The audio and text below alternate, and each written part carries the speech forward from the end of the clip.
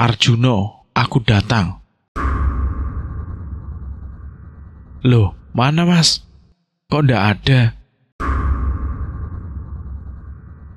Saya hanya melihat mas seorang diri loh.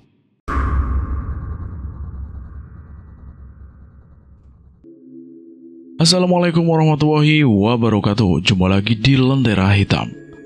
Tentunya masih bersama Bobby yang akan menceritakan kisah misteri pendakian gunung. Bagaimana kabarnya teman-teman semua? Pastinya baik-baik saja, sehat selalu, sukses selalu, dan selalu dimudahkan segala urusannya. Oke, pada kesempatan kali ini saya akan menceritakan kisah misteri pendakian gunung yang berjudul Mendaki Bersama Arwah di Gunung Arjuno. Cerita ini ditulis oleh Alin Ambarwati. Terima kasih buat penulis yang sudah mengizinkan kami untuk menceritakan kisah ini. Dan tidak usah lama-lama, bagaimana kisahnya? Kita langsung saja ke ceritanya. Cerita horor dimulai.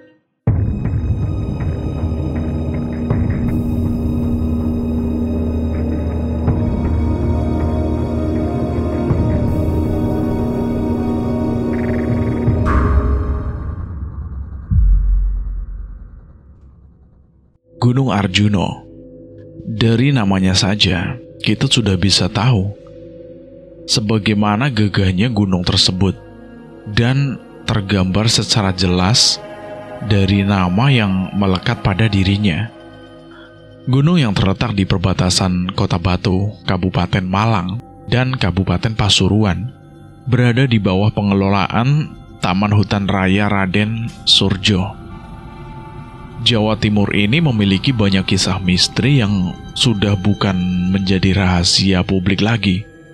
Maka tak heran, kerap kali para pendaki yang melakukan pendakian ke Gunung Arjuno mengalami hal-hal mistis yang sulit dicerna menggunakan pikiran kosong belaka. Kisah pendakian penuh misteri datang dari salah seorang sahabatku yang sudah begitu lama bungkam akan kejadian mistis yang menimpanya saat melakukan pendakian ke Gunung Arjuno 5 tahun silam, tepatnya pada tahun 2017. Sahabat karibku itu bernama Fandi, pemuda asli Pasuruan yang melakukan pendakian dengan sosok arwah yang tidak ia sadari. Ia memiliki seorang teman jauh bernama Rio. Rio berasal dari kota Jember, teman satu kampus yang sudah sering melakukan pendakian bersama. Fandi dan Rio merupakan berkuliah di tempat yang sama, namun dengan program studi yang berbeda. Namun, karena keduanya memiliki hobi yang sama, mereka sudah akrab sejak pertama kali masuk universitas.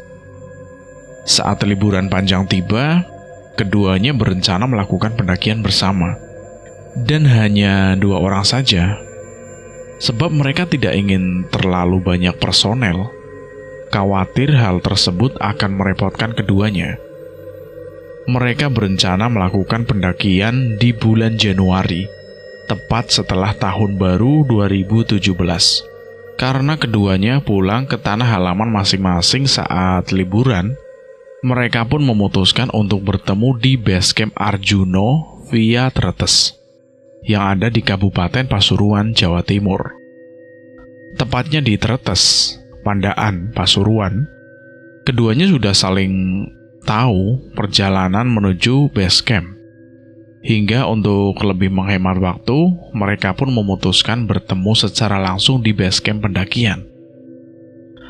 Pendakian akan dilakukan tepat pada malam Jumat, sehingga mereka berdua berencana datang ke base camp saat Kamis pagi. Mereka tidak memilih weekend karena khawatir akan banyak pendaki yang melakukan pendakian serupa dengan mereka. Mereka berdua sudah terbiasa melakukan pendakian berdua. Mereka bahkan sudah melakukan beberapa pendakian ke gunung-gunung tinggi yang ada di wilayah Jawa Tengah dan Jawa Timur. Salah satu impian mereka yaitu ingin melakukan pendakian ke Gunung Jayawijaya yang ada di Papua. Mereka berharap suatu saat nanti impian tersebut akan terwujud. Waktu pendakian pun segera tiba. 1 malam sebelum pendakian dilaksanakan, terjadi insiden yang tak terduga. Tepat pada pukul 1 malam, Rio mengalami kecelakaan hebat, tepat di jembatan yang ada di kampung halamannya. Rio melakukan balapan liar bersama teman-temannya, dan terjadi insiden kecelakaan yang membuatnya harus meregangkan nyawa di tempat kejadian itu juga. Rio langsung dilarikan ke rumah sakit, namun ia tidak tertolong. Kabar kematian Rio dengan cepat tersebar di lingkungan keluarga dan kawan-kawannya saat pagi hari. Namun kabar tersebut tidak didengar oleh si Fandi, sebab handphone miliknya rusak hingga dia tidak memperoleh kabar dari siapapun tentang kematian Rio yang mengenaskan itu. Rio dikuburkan tepat di hari di mana ia akan melakukan pendakian bersama Fandi ke Gunung Arjuno. Kematiannya yang tidak biasa membuat banyak orang berjungging tentangnya, sebab Rio dikenal sebagai pemuda yang cukup nakal di kampung halamannya. Ia bahkan kerap kali melakukan balap liar dan meresahkan warga sekitar. Meskipun ia dikenal sebagai pemuda yang sangat patuh kepada ibunya, namun karakter buruknya itu yang selalu diingat oleh penduduk sekitar. Karena Fandi tidak memperoleh kabar apapun tentang kematian si Rio, ia pun memilih untuk berangkat ke base camp Gunung Arjuno dan menunggu Rio di sana. Si Fandi sangat yakin bahwa Rio pasti akan datang, sebab si Rio itu tidak pernah mengingkar janjinya sendiri untuk datang, dan Rio selalu menepatinya, sehingga si Fandi sangat percaya kepadanya. Fandi sampai di base camp pendakian Gunung Arjuno tepat pada pukul 10 pagi. Fandi memilih melakukan pendakian ke Gunung Arjuno via Tretes, karena jalur tersebut adalah jalur yang paling dekat dengan tempat tinggalnya. Fandi pun memilih untuk menunggu Rio di salah satu warung di dekat base camp, sembari berbincang-bincang dengan penduduk sekitar Gunung Arjuno. Fandi melihat ke arah Gunung Arjuno dan berkata dalam hatinya bahwa ia akan menaklukkan Gunung Arjuno dengan segera, tanpa hambatan apapun. "Arjuno, aku datang," ucap Fandi dalam hatinya. Ia pun memandangi puncak Gunung Arjuno dengan banyaknya harapan. Ia ingin melepas penat dan ingin membuktikan kepada banyak orang bahwa Arjuno tidak semenyeramkan itu dan sangat mudah untuk ditaklukkan. Saat sedang beristirahat di warung dekat base camp, banyak penduduk lokal yang menanyakan tentang pendakian Fandi. Tentu dengan senang hati, Fandi pun menjawab pertanyaan demi pertanyaan para penduduk. "Sendirian saja, Mas?" tanya penduduk lokal. "Ini saya lagi menunggu teman saya, Pak. Kebetulan janjian langsung di sini," ucap si Fandi. "Temannya dari mana?" tanya penduduk itu. "Dari Jember, Pak. Kalau saya sendiri dari Pasuruan," ucap si Fandi. "Oh alah, lumayan jauh juga ya. Kalau mau naik duluan saja, biar teman kamu nanti menyusul," ucap penduduk lokal itu. "Tidak, Pak. Saya menunggu teman saya saja. Soalnya kami mendaki hanya berdua," ucap si Fandi lagi. "Oh alah, hati-hati nanti ya. Apalagi saat melintas di Alas Lali Jiwo," ucap penduduk itu. "Memangnya kenapa ya, Pak?" tanya si Fandi lagi. "Kamu bisa lupa diri di sana. Maka dari itu, penting sekali fokus saat melakukan pendakian," ucap bapak itu. "Oh iya, Pak. Siap, Pak. Saya akan selalu ingat pesan Bapak," ucap si Fandi. Fandi pun kemudian melanjutkan lamunannya sembari menunggu kedatangan si Rio. Dia sudah menunggu hampir 2 jam. Namun, batang hidung si Rio itu tak kunjung muncul di hadapannya. Ini Rio jadi datang atau enggak ya? Mana HP-ku rusak lagi, ucap si Fandi menggerutu. Wajah Fandi pun berubah menjadi sedikit kesal karena Rio tak kunjung datang. Bahkan sudah melebihi 2 jam dari jam yang sudah direncanakan bersama. Kalau sampai jam 1 dia tidak datang. Kalau sampai jam 1 tidak datang, aku akan naik seorang diri, ucap si Fandi dengan kesal. Saat itu, si Fandi itu mengenakan baju dengan warna merah. Padahal baju berwarna merah menjadi salah satu larangan saat melakukan pendakian ke Arjuno. Sama halnya tidak diperbolehkan mengenakan baju berwarna hijau di pantai selatan. Baju warna merah pun tidak diperbolehkan dikenakan saat melakukan pendakian ke Arjuno. Namun nampaknya Fandi tidak mengetahui persoalan tersebut. Terlebih lagi, belum ada penduduk yang menegurnya. Setelah menunggu hampir 3 jam, orang yang dinanti-nantikan oleh si Fandi itu pun tiba. Rio datang dengan bajunya yang berwarna merah dan tas gunung yang melekat di pundaknya.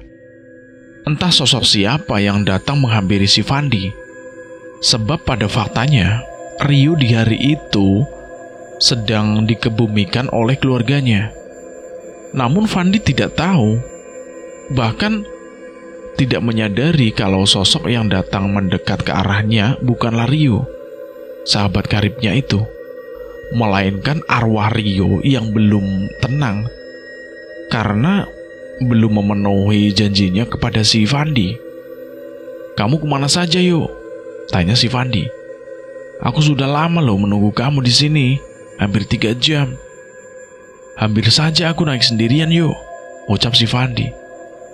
Si Rio pun di situ hanya tersenyum dengan pertanyaan si Fandi itu. Ia tidak membalas pertanyaan Fandi. Namun jika Fandi peka terhadap perubahan Rio, maka dia akan sadar bahwa sosok yang ada di hadapannya itu bukanlah si Rio. Wajah sosok yang datang menghampiri Fandi sangatlah pucat. Bahkan bibirnya pun terlihat sangat pucat. Tak kalah pucat dengan wajahnya tersebut. Suhu tubuh sosok tersebut bukan lagi hangat, melainkan dingin.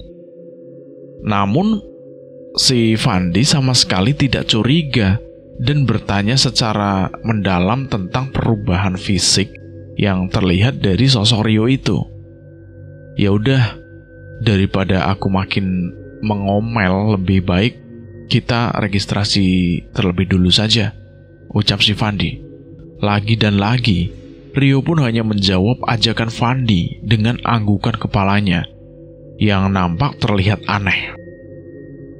Fandi pun kemudian mengajak Rio untuk datang ke loket registrasi. Mereka pun kemudian langsung mendapatkan tiket masuk dan bergegas untuk melakukan pendakian berdua dengan sosok yang dianggap Fandi sebagai Rio. "Kamu sendirian, Mas?" tanya salah seorang petugas. "Enggak, Pak, saya berdua."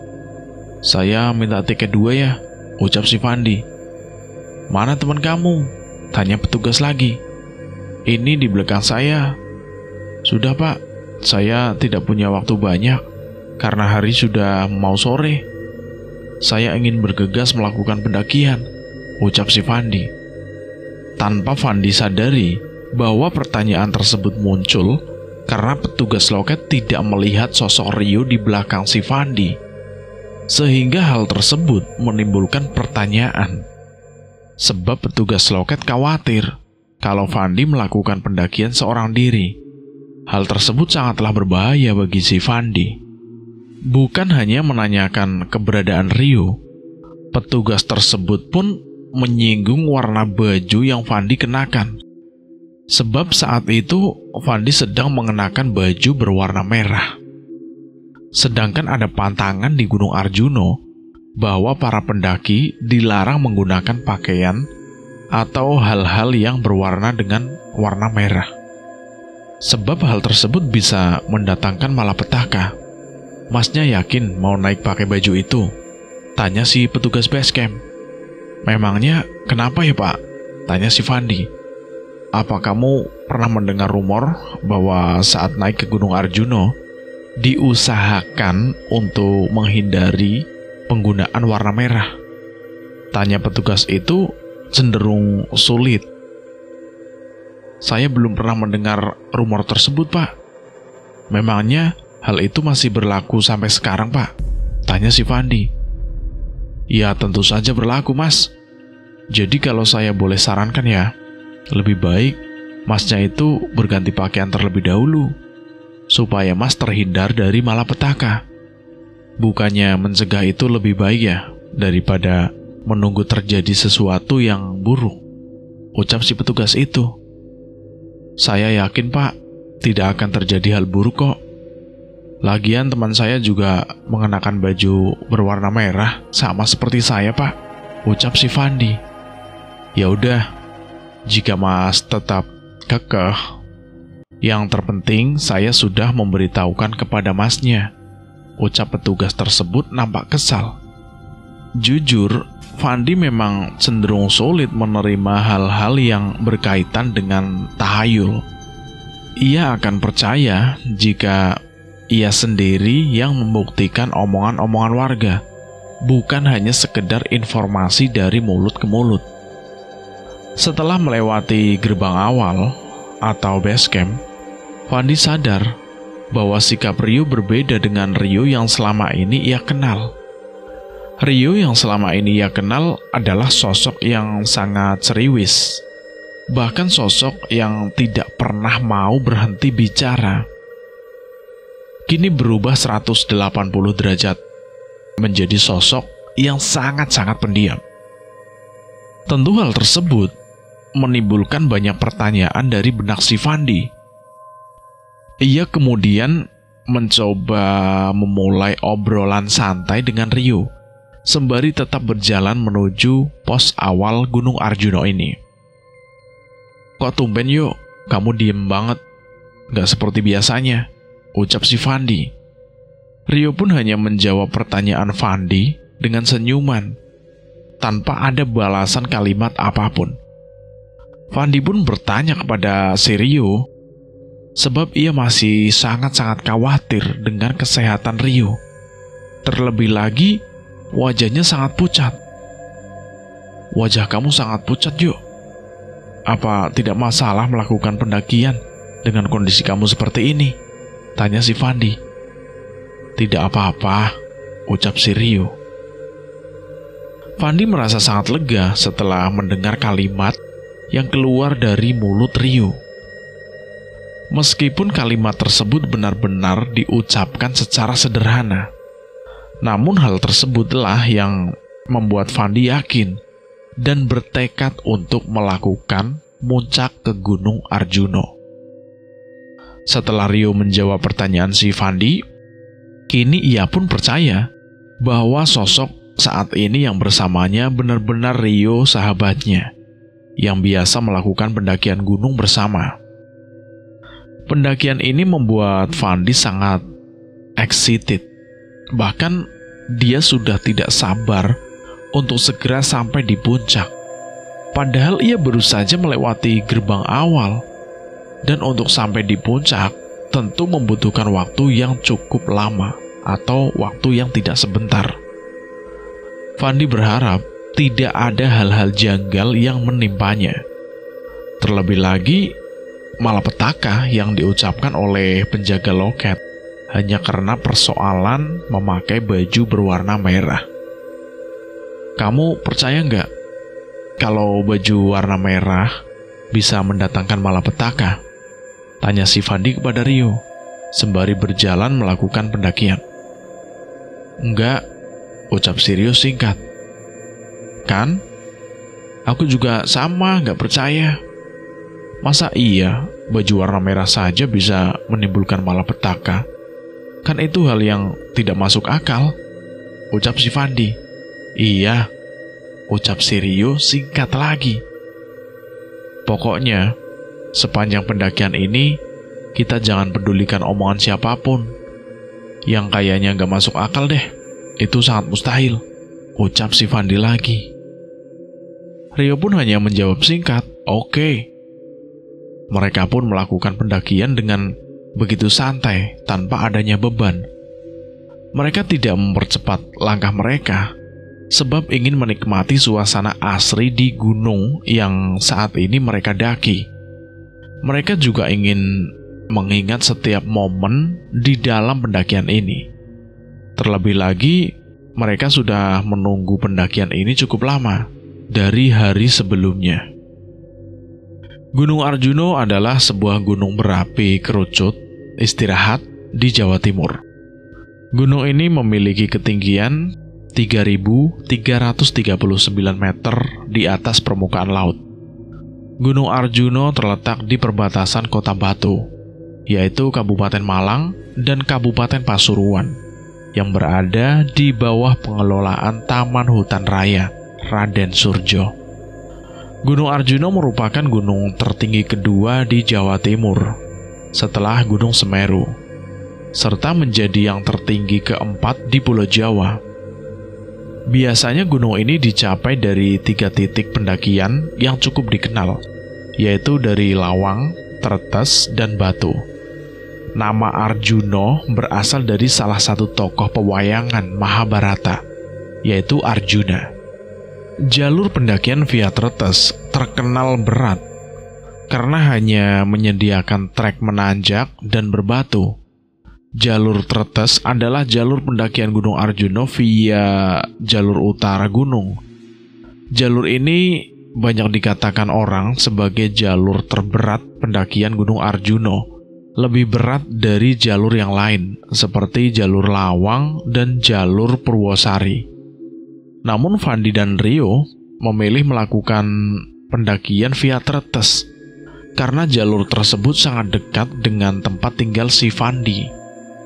Sehingga hal tersebut tentu akan memberikan keuntungan untuk si Fandi. Perjalanan dari base camp menuju pos pertama, yaitu pos Pet Bocor, ditempuh kurang lebih 30 menit atau 45 menit. Jalur pendakian menuju pos pertama ini terbilang mudah, sebab jalur yang dilewati relatif mudah dan datar. Bahkan jalur ini menjadi tempat camping area bagi pengunjung yang datang. Saat itu hari sudah mulai sore, sebab Fandi sebelumnya telah menunggu Rio cukup lama, bahkan hampir 3 jam. Saat ini jam menunjukkan pukul 3 sore. Di dalam perjalanan awal ini, Rio tidak menunjukkan sikap-sikap yang janggal selain dia menjadi sosok yang jauh lebih pendiam dari sebelumnya. Namun fisiknya masih pucat pasi. Saat di tengah perjalanan, tiba-tiba Rio mengeluarkan kalimat tak terduga yang membuat Fandi merasa aneh. Aku akan mengantarkan kamu ke suatu tempat, dan di sana banyak teman-temanku yang sudah menunggu. Apa kamu mau? Ucap si Rio kepada Fandi. Loh, kemana? Tanya si Fandi. Ada. Tepatnya nanti di Alas Lali Jiwo. Aku tidak bisa memberitahukan detailnya kepada kamu saat ini, ucap si Rio lagi. Boleh. Aku sudah tidak sabar, ucap si Fandi. Fandi tidak menaruh curiga apapun terhadap Rio, sebab ia masih berpikiran bahwa Rio yang ada di depannya memang benar-benar Rio, sahabat dekat kampusnya. Saat perjalanan, mereka pun melewati rombongan pendaki lain. Tentu saja sesama pendaki, mereka saling tegur sapa satu sama lain. Sendirian saja, Mas? Tanya pendaki pertama. Enggak kok, Mas. Saya berdua sama teman saya. Ini di samping saya, ucap si Fandi. Loh, mana Mas? Kok ndak ada? Saya hanya melihat Mas seorang diri loh, ucap pendaki pertama tersebut. Walah, mungkin Masnya capek, makanya nggak melihat teman saya. Padahal dia berbadan besar loh Mas, ucap si Fandi sembari melempar senyum. Tiba-tiba, pendaki kedua mengatakan hal yang mengejutkan. Dia mengatakan bahwa dia melihat sosok Rio di samping Fandi. Dia ada, namun dia tiada, bisik pendaki kedua. Pendaki pertama dan pendaki lainnya lantas merasa bingung akan bisikan tersebut. Ada namun tiada. Apa yang dimaksud dengan hal tersebut? Di sisi lain, Fandi sedikit mendengar kalimat tersebut meskipun lirih. Namun dia pun tidak maksud dengan kalimat tersebut dan mencoba untuk menghiraukannya. Rio pun mencoba menarik si Fandi untuk segera melanjutkan perjalanan. Rio tidak ingin Fandi mendengar apapun penjelasan dari para pendaki tersebut yang berkaitan dengan kalimat ada namun tiada. Lanjut jalan aja, ucap Rio berbisik kepada Fandi. Sekarang, ucap si Fandi. Iya, sekarang. Tanpa basa-basi lagi, Fandi pun kemudian melanjutkan perjalanan. Namun, ia lebih dulu berpamitan kepada para pendaki tersebut agar mereka tetap merasa disegani olehnya. Aku lanjut jalan dulu ya Mas, ucap si Fandi. Para pendaki itu tidak menjawab kalimat Fandi. Mereka masih tercengang dengan pertanyaan ada namun tiada dari pendaki yang kedua itu. Namun, pendaki kedua tersebut pun enggan untuk menjelaskannya secara detail, sebab saat ini mereka masih di jalur pendakian. Pendaki kedua tersebut pun berjanji akan menjelaskannya ketika mereka semua sudah sampai di bawah atau di base camp nantinya. Sebab menurut penuturan banyak orang, pamali jika membicarakan hal-hal yang bersifat mistis di jalur pendakian. Para pendaki dan Fandi pun kemudian melanjutkan perjalanan masing-masing. Fandi saat ini merasa bingung mengapa Rio ingin sekali melanjutkan perjalanan. Namun Fandi tidak ingin berpikiran buruk. Tak lama setelahnya, Fandi mencium aroma busuk dari sekitarnya.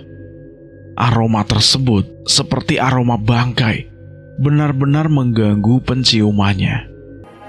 Bau bangkai banget, ucap si Fandi. Di mana? Tanya Rio. Di sekitar kita, coba deh cium, ucap si Fandi lagi. Bau melati kok, bukan bau bangkai, ucap Rio. Masa sih? Tapi aku mencium bau bangkai, ucap si Fandi. Perasaan kamu saja mungkin, ucap Rio lagi. Mungkin kali ya. Sepertinya aku sudah mulai lelah, makanya mulai ngelantur, ucap Fandi. Iya barangkali, ucap Rio menambahkan. Ya udah, nanti pas sampai di pos pertama kita rehatnya, ucap si Fandi lagi. Oke, siap, ucap Rio menambahkan. Mereka pun kemudian tidak mengindahkan aroma bau busuk tersebut dan memilih untuk melanjutkan perjalanan. Waktu yang relatif singkat pun berhasil mereka tempuh. Setelah 30 menit lebih berjalan, akhirnya mereka pun sampai di pos 1. Saat ini waktu sudah menunjukkan pukul 4 sore. Mereka berdua memilih untuk melepas penat di pos 1. Meskipun jalur yang mereka tempuh relatif datar, namun hal tersebut tetap membuat mereka merasa kelelahan. Fandi pun kemudian membuka ranselnya dan mengeluarkan makanan serta minuman sebagai sarana melepas lelah. Namun, Rio tidak melakukan hal yang sama. Bahkan tidak terlihat minuman ataupun makanan dari tas ransel yang dibawa oleh Rio. kamu nggak minum atau makan? Tanya si Fandi kepada Rio. Enggak, ucap Rio kembali dengan jawaban singkatnya. Nggak lelah memangnya? Ucap si Fandi. Enggak, ucap Rio lagi. Ya udah, kalau butuh minum atau makanan bilang ya. Biar nanti kamu bisa minum atau makan makanan yang sudah aku siapkan dan sudah aku bawa, ucap si Fandi. Iya, tenang saja, jawab si Rio. Mereka berdua pun merencanakan istirahat selama 30 menit. Waktu yang tidak sebentar dan sangat cukup untuk melepas lelah yang sudah mulai menggerogoti tubuh mereka.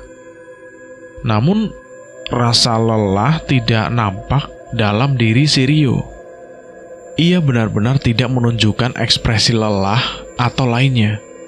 Tentu hal tersebut dikarenakan Rio bukanlah orang manusia, melainkan seorang arwah gentayangan yang ingin menepati janji untuk melakukan pendakian berdua bersama sahabatnya itu, yaitu Fandi. Mereka berdua pun kemudian melanjutkan perjalanan menuju pos selanjutnya, yaitu pos 2 Kokopan. Perjalanan yang harus ditempuh dari pos 1 menuju pos 2 memakan waktu kurang lebih 3 jam perjalanan. Jalur pendakian menuju pos 2 relatif sama dengan perjalanan sebelumnya. Namun pada jalur ini semakin lama akan semakin berat. Baru beberapa waktu berjalan, Rio sudah menunjukkan gelagat anehnya. Dia mengatakan beberapa hal yang benar-benar tak masuk akal. Kamu mau ikut denganku nggak? Tanya si Rio. Ikut kemana? Jawab si Fandi. Menetap di sinilah, ucap si Rio lagi. Mana bisa kita menetap di sini? Kita hanya bisa singgah, ucap si Fandi. Tapi aku bisa menetap di sini, bahkan untuk waktu yang panjang, ucap si Rio. Caranya? Tanya si Fandi. Kamu tinggal ikut saja denganku, ucap Rio. Gak mungkin Rio, kita datang untuk pulang, jadi gak akan mungkin bisa kita menetap selamanya di sini, ucap si Fandi. Nanti akan aku tunjukkan ke kamu betapa bahagianya bisa hidup di sini dan bukan hanya singgah semata, ucap si Rio. Bukan hanya membicarakan tentang menetap dan singgah, Rio pun juga membicarakan perihal pernikahan di Gunung Arjuno ini. Rio semakin ngelantur dalam perbincangan. Banyak hal-hal random yang ia bicarakan, namun tanpa adanya dasar yang jelas. Hal tersebut tentu membuat Fandi merasa bingung dengan sikap dan ucapan yang keluar dari mulut Rio. Di sini juga banyak pendaki yang melakukan perkawinan loh, ucap Rio. Perkawinan dengan siapa? Tanya si Fandi. Perkawinan dengan penduduk sini, ucap Rio menambahkan. Mana ada perkawinan di gunung? Apalagi dengan penduduk sini. Rasanya itu sesuatu yang mustahil, ucap Fandi. Nanti akan aku tunjukkan ke kamu bahwa semua ucapanku itu benar, ucap Rio. Fandi merasa aneh dengan pembahasan yang dilontarkan oleh Rio tentang perkawinan dan lain sebagainya. Terlebih lagi, Rio berencana untuk menunjukkan semuanya kepada Fandi. Hal apa yang akan ditunjukkannya kepada Fandi? Setahu Fandi, sebelumnya Rio tidak pernah menyinggung hal-hal demikian, sehingga rasanya sangat aneh jika tiba-tiba Rio mengatakan hal yang tak masuk akal seperti sekarang. Memangnya kamu pernah melihat semua secara langsung, yuk? Tanya Fandi. Aku akan mengalaminya sebentar lagi, ucap Rio dengan wajah sangat sumringah. Kamu semakin ngaco aja. Ya udahlah, lanjut jalan aja, yuk, ucap Fandi. Daripada Rio terus membicarakan hal-hal tak masuk akal, lebih baik mengalihkannya dengan hal-hal lain, agar Rio tidak terus-menerus membicarakan hal yang aneh. Sebab hari sudah mulai sore, dan si Fandi itu khawatir akan ada kejanggalan saat pendakian nanti, mengingat hari perlahan-lahan semakin gelap. Saat ini, waktu sudah menunjukkan pukul 5 sore. Bulu kuduk Fandi tiba-tiba saja merinding saat ada hembusan angin yang melintas di tubuhnya. Fandi pun kemudian merasakan ada kehadiran sosok lain di antara mereka berdua. "Kamu ngerasa ada yang datang gak?" tanya Fandi kepada Rio. "Jangan khawatir, mereka akan menemani perjalanan kita berdua," ucap Rio. "Maksud kamu?" tanya si Fandi. "Ada namun tiada," ucap Rio. Fandi mengingat kalimat tersebut. Kalimat yang diucapkan oleh pendaki sebelumnya yang bertemu dengan Fandi dan Rio saat menuju pos pertama. Salah satu di antara mereka pun mengatakan kalimat yang sama. Ada namun tiada. Namun sampai detik ini, Fandi belum bisa memahami maksud dari ucapan tersebut. Fandi harus mencari tahu makna dari kalimat tersebut, agar dia tidak terus-menerus bertanya-tanya lagi jika suatu waktu ada orang yang mengatakan hal serupa kepada si Fandi. Fandi diam untuk sesaat. Diam untuk mencoba memahami dan mengerti akan hal-hal yang sampai detik ini masih membuatnya kebingungan. Setelah apa yang diucapkan oleh Rio, Fandi pun menjadi lebih pendiam dari sebelumnya. Banyak hal-hal yang menjadi beban di dalam pikirannya. Terlebih lagi terkait dengan perkataan Rio yang mengatakan bahwa ada sosok yang mendampingi Fandi dan Rio di dalam perjalanan ini. Sosok ada namun tiada. Entah apa makna tersirat di dalam kalimat tersebut. Fandi sendiri pun masih belum bisa memecahkan persoalan tersebut. Sepanjang pendakian menuju pos 2, Fandi pun lebih memilih untuk terus membaca ayat-ayat Al-Quran di dalam hatinya. Fandi berharap Tuhan akan senantiasa melindunginya dari hal-hal janggal yang bisa saja datang tanpa permisi. "Kamu harus berhenti membaca ayat itu," ucap Rio tiba-tiba. "Loh, kamu dengar apa yang aku ucapkan dalam hati?" tanya Fandi kaget.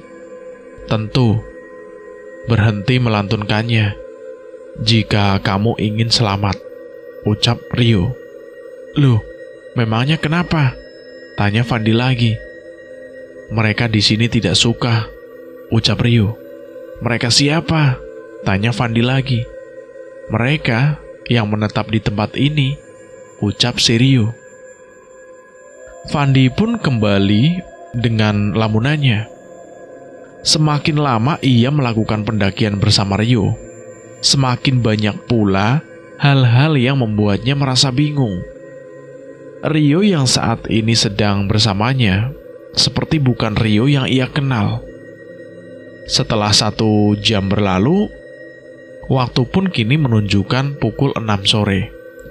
Suara adzan maghrib pun mulai terdengar dari arah bawah. Suara adzan saling bersaut-sautan, silih berganti. Fandi pun merasa sedikit lega saat mendengar suara adzan tersebut. Ia pun kemudian mengajak Rio untuk berhenti, sebab Fandi pikir mereka harus segera melaksanakan ibadah sholat maghrib. "Rehat dulu yuk," ucap si Fandi. "Ngapain?" tanya si Rio. "Sholat, sudah tiba waktunya," ucap si Fandi. "Jangan, kita tidak boleh melakukannya," ucap Rio. "Kenapa?" tanya si Fandi. "Nanti mereka marah," Mereka siapa lagi? Mereka yang menetap di sini. Rio pun kemudian menarik lengan Fandi untuk segera melanjutkan perjalanan, dan agar Fandi tidak berpikir untuk berhenti dan melakukan sholat di jalur pendakian ini. Fandi tidak bisa melawan ataupun mengelak semua ucapan Rio. Fandi sendiri bingung dengan dirinya sendiri, sebab tidak biasanya ia mudah dipengaruhi oleh orang lain. Fandi pun melewatkan waktu sholat maghrib dan terus melanjutkan perjalanan menuju pos 2 yang harus ditempuh kurang lebih 2 jam lagi. Perjalanan menuju pos 2 memanglah sangat panjang. Maka tak heran dari banyak pendaki yang memilih untuk istirahat saat baru memulai pendakian ke Gunung Arjuna ini.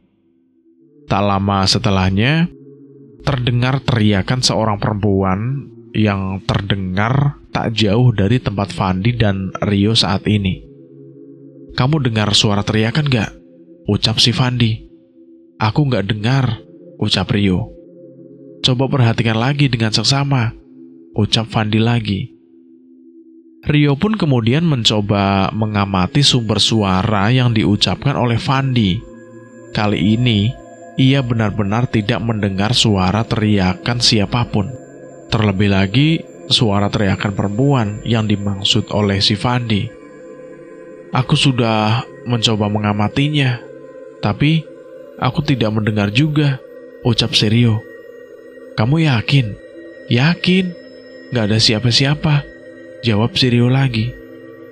Fandi pun merasakan bahwa terdapat keanehan di dalam pendakian ini. Suara teriakan itu benar-benar begitu jelas terdengar. Namun Rio sama sekali tidak mendengarnya. Fandi merasa sangat aneh saat Rio mengatakan bahwa ia tidak mendengar suara yang sama dengan Fandi.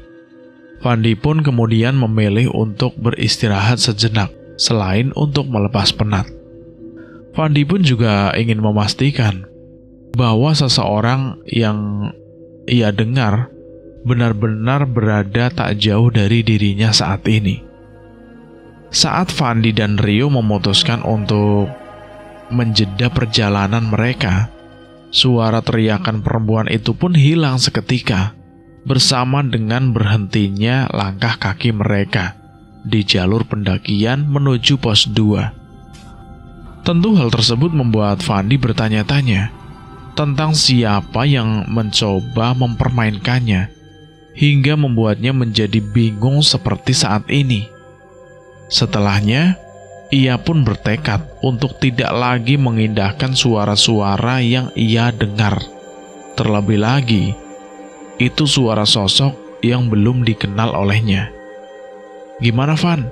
Ada?" tanya Rio. "Suara itu lenyap," ucap si Fandi.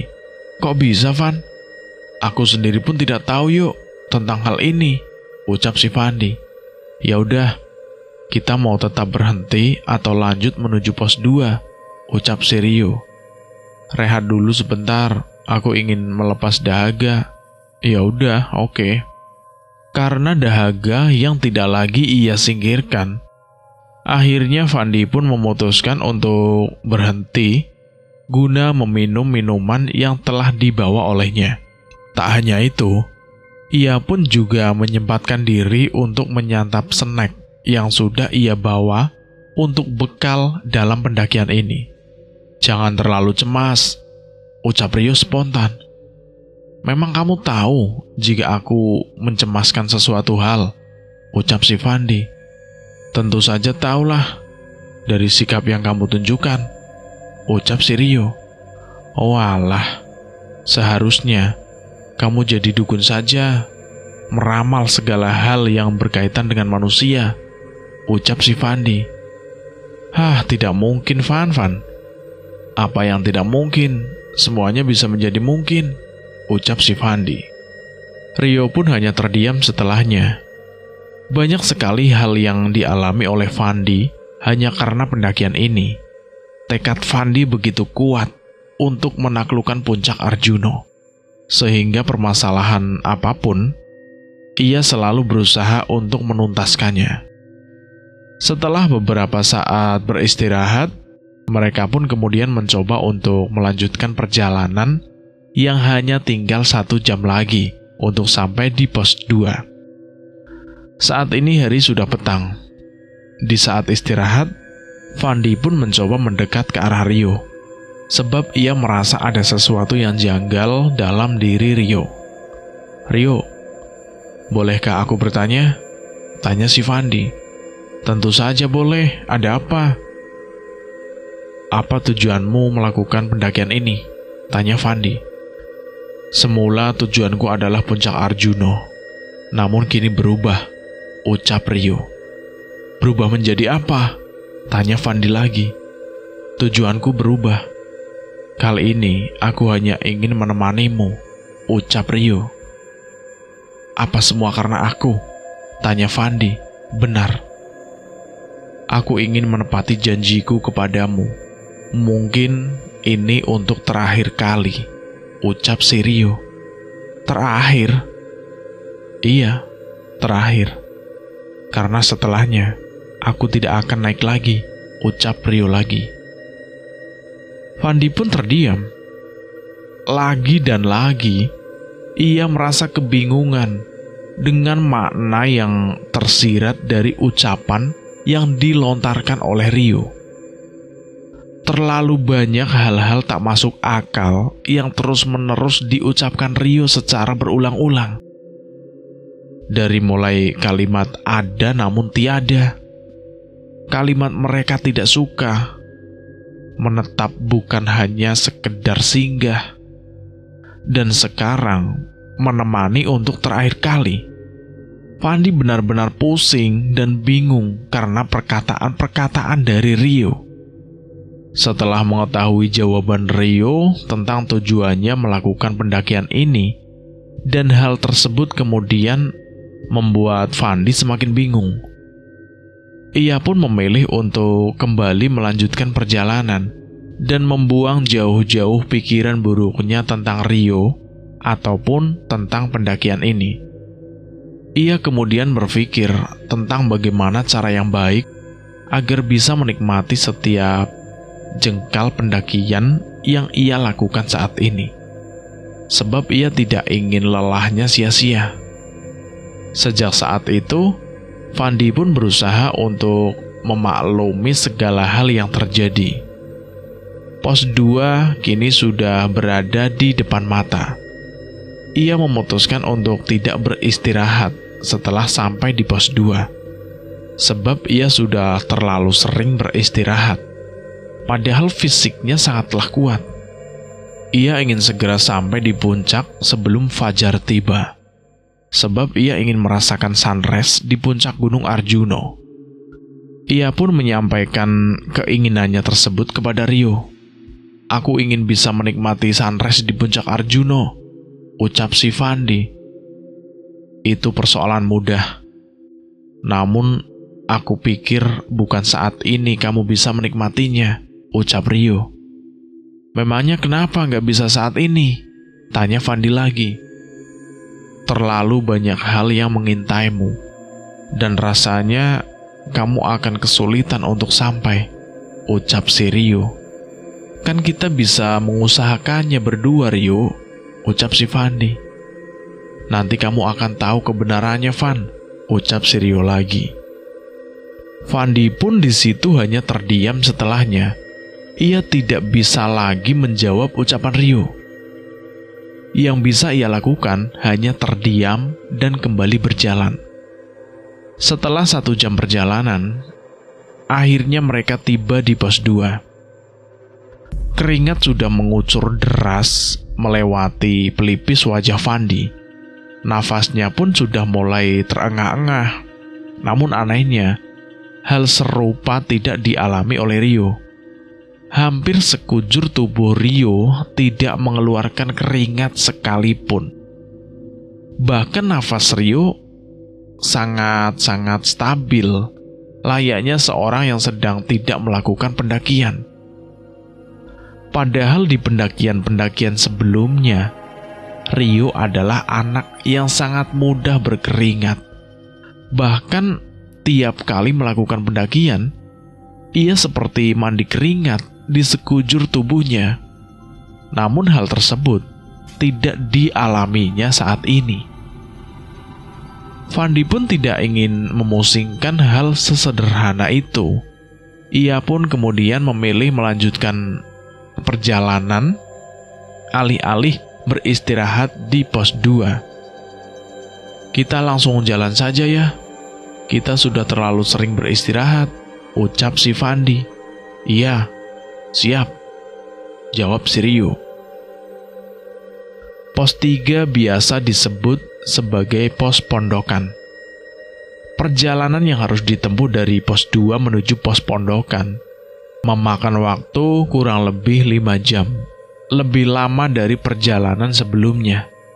Jalur menuju pos 3 hampir-hampir sama dengan sebelumnya.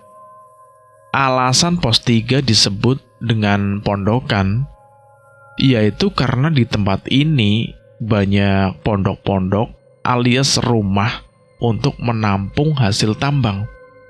Hasil tambang yang dibawa para penambang dari puncak Welirang selalu disimpan di pondokan tersebut untuk kemudian diangkut ke bawah. Karena perjalanan masih sangat panjang, Fandi pun harus memutar otak untuk tidak terus-menerus melakukan istirahat. Salah satu pantangan yang dilanggar oleh Fandi saat melakukan pendakian ini, yaitu menggunakan baju berwarna merah.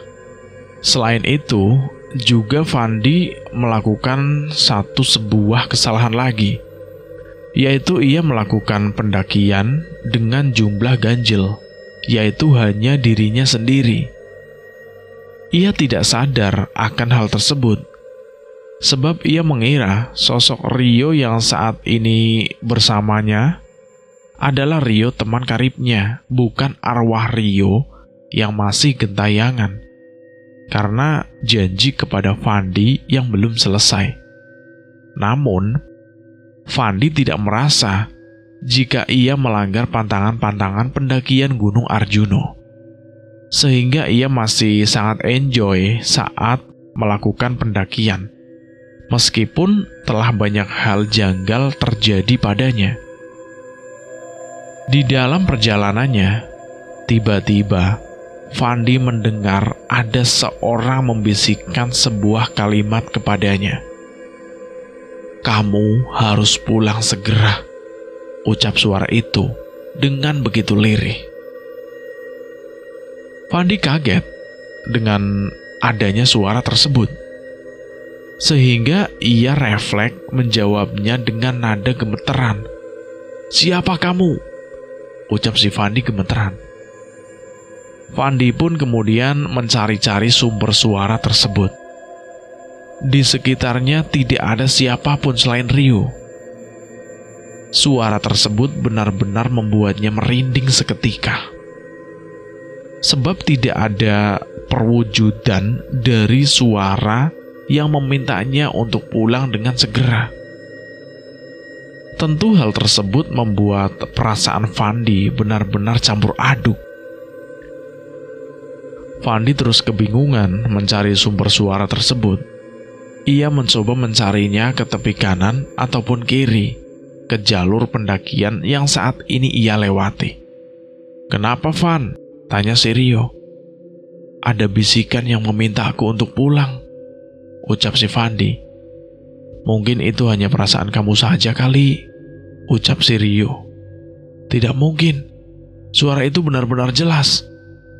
Terlebih lagi, ia memintaku untuk segera pulang. Aku khawatir terjadi hal buruk di rumah, atau bahkan akan terjadi sesuatu hal yang buruk dalam pendakian ini," ucap si Fandi.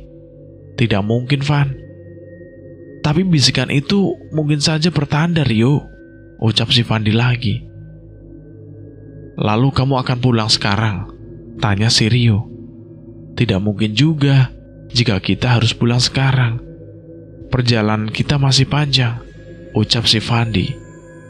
Kalau begitu, jangan terlalu dipikirkan persoalan ucapan dari bisikan itu, ucap si Rio.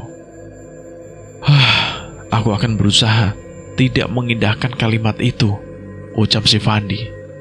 Ya udah, kita lanjut jalan saja, ucap Rio menambahkan.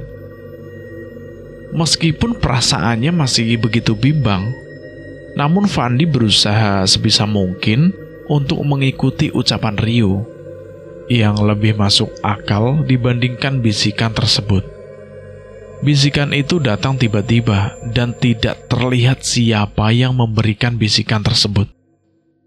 Sehingga rasanya aneh jika Fandi langsung percaya dengan ucapan tersebut. Mungkin saja aku lelah hingga berhalusinasi mendengar bisikan tersebut, ucap Fandi dalam hatinya. Mereka pun melanjutkan perjalanannya lagi, namun bisikan itu terdengar lagi tepat di telinga Fandi. Kamu harus pulang sekarang, ucap bisikan tersebut. Mereka pun melanjutkan perjalanan lagi, namun bisikan itu terdengar lagi tepat di telinga Fandi. Kamu harus pulang segera, ucap bisikan tersebut. Bisikan kali ini jauh lebih kencang dibandingkan dengan bisikan sebelumnya. Fandi pun hanya bisa beristighfar setelahnya. Astagfirullahaladzim, ucap si Fandi terus-menerus. Bisikan tersebut membuat Fandi semakin gelisah. Bahkan jantungnya berdetak jauh lebih cepat dibandingkan dengan sebelumnya. Keringat pun mengucur lebih deras dibandingkan dengan sebelumnya.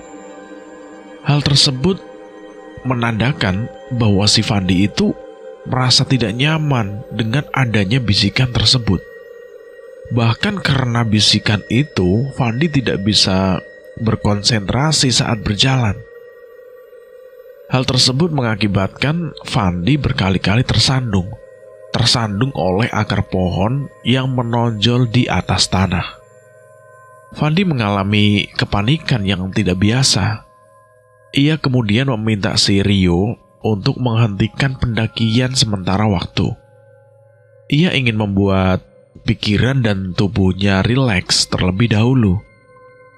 Ia pun ingin menghilangkan pikiran-pikiran buruk yang hadir akibat bisikan-bisikan yang tak masuk akal tersebut. Rehat dulu sebentar, Rio. Aku benar-benar merasa tidak nyaman, kata si Fandi. Kamu kenapa? Tanya si Rio. Bisikan itu datang lagi. Ya udah, kita hentikan dulu pendakian kita. Kamu harus rehat terlebih dahulu, ucap si Rio. Fandi pun bergegas untuk mengambil mineral di dalam tasnya. Ia kemudian langsung meminum 1 botol mineral yang ia bawa. Dalam hitungan detik saja, 1 botol mineral itu habis ditenggaknya. Meski sudah menghabiskan 1 botol mineral, Fandi masih merasa belum tenang. Pikiran-pikiran buruk itu terus mendatanginya. Apa aku harus tidur saja dulu agar pikiran buruk itu hilang? Tanya si Fandi kepada dirinya sendiri. Sepertinya tidur adalah pilihan yang tepat, dibandingkan ia harus melanjutkan perjalanan dengan adanya rasa tidak nyaman. Ia pun kemudian mencari pohon yang rindang untuk dijadikan tempat bersandar. Ia ingin melepahkan matanya terlebih dahulu untuk sesaat, sebab ia tidak ingin terus-menerus dihantui perasaan-perasaan buruk di dalam pendakian ini.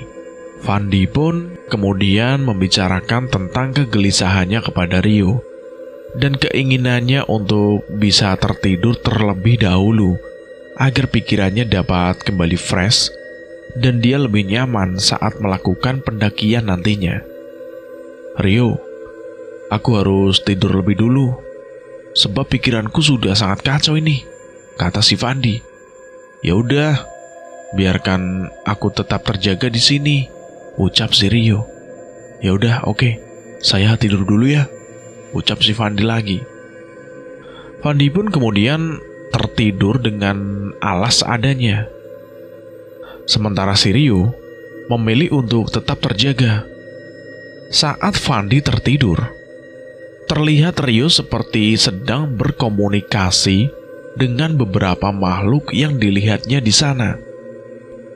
Salah satu sosok yang mendatanginya yaitu sosok nenek tua yang nampak begitu lusuh. Wanita tua tersebut kemudian mengajak Rio untuk berbincang. "Nak, mengapa kamu tidak kembali?" tanya sosok nenek itu. "Kemana saya harus kembali, Nek?" tanya si Rio. "Ke tempat yang sudah menjadi takdirmu," ucap sang nenek. "Takdirku di sini, Nek." "Bukan, Nak. Kamu harus segera kembali," ucap sang nenek lagi. "Saya tidak bisa, Nek," kata si Rio. "Biarkan kawanmu semesta ini yang jaga. Tugasmu telah selesai," ucap nenek itu. "Lebih baik nenek pergi. Takdir saya masih di sini, Nek," ucap si Rio lagi. "Kembalilah ke takdirmu, Nak," ucap sang nenek itu. Rio pun memilih untuk memejamkan matanya sembari terus mengucapkan kata tidak berulang-ulang. Hal tersebut membuat Fandi yang saat itu sedang tertidur terbangun karena teriakan yang terus-menerus diucapkan oleh Rio. Saat Fandi mulai membuka matanya, sosok nenek yang datang menghampiri Rio itu pun menghilang. Fandi pun nampak kebingungan saat mendapati si Rio sedang memejamkan matanya sembari terus mengatakan kalimat tidak. "Rio, kamu kenapa?" tanya si Fandi. "Aku tidak ingin kembali, Van." "Kembali kemana?" "Ke takdirku, Van." "Kamu masih di sini kok. Kamu gak kemana-mana," ucap si Fandi mencoba menenangkan Rio. "Aku tidak ingin kembali, Van. Tidak ingin," ucap si Rio lagi. Fandi semakin tidak mengerti dengan apa yang terus diucapkan oleh si Rio. Rio benar-benar terlihat ketakutan. Ia bahkan enggan untuk kembali. Entah kembali dalam hal ini apa maknanya. Fandi sendiri pun sulit untuk memahami hal tersebut. Fandi kemudian berinisiatif untuk memberikan minuman kepada Rio agar ia lebih tenang dari sebelumnya. Namun anehnya, lagi dan lagi Rio menolaknya.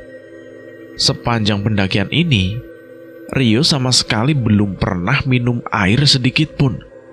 Bahkan dia tidak makan apapun sepanjang perjalanan ini. "Kenapa kamu gak makan dan minum?" tanya si Fandi khawatir. "Aku tidak ingin," ucap si Rio. "Iya, emangnya kenapa?" "Ia hanya tidak ingin saya," ucap si Rio lagi. Sikap Rio di situ benar-benar membuat Fandi bingung. Tujuan ia terlelap sejenak adalah untuk menenangkan pikirannya. Namun hal tersebut nyatanya tidak memberikan dampak yang jauh lebih baik. Fandi pun kemudian memutuskan untuk melanjutkan perjalanan menuju pos 3. Perjalanan masih membutuhkan waktu kurang lebih 4 jam lagi. Waktu tersebut akan jauh lebih cepat jika Fandi dan Rio bisa berkonsentrasi dan tidak memikirkan hal-hal lain selain pendakian. "Kita lanjutkan saja perjalanannya," kata si Fandi. Rio pun mengangguk mendengar ucapan Fandi.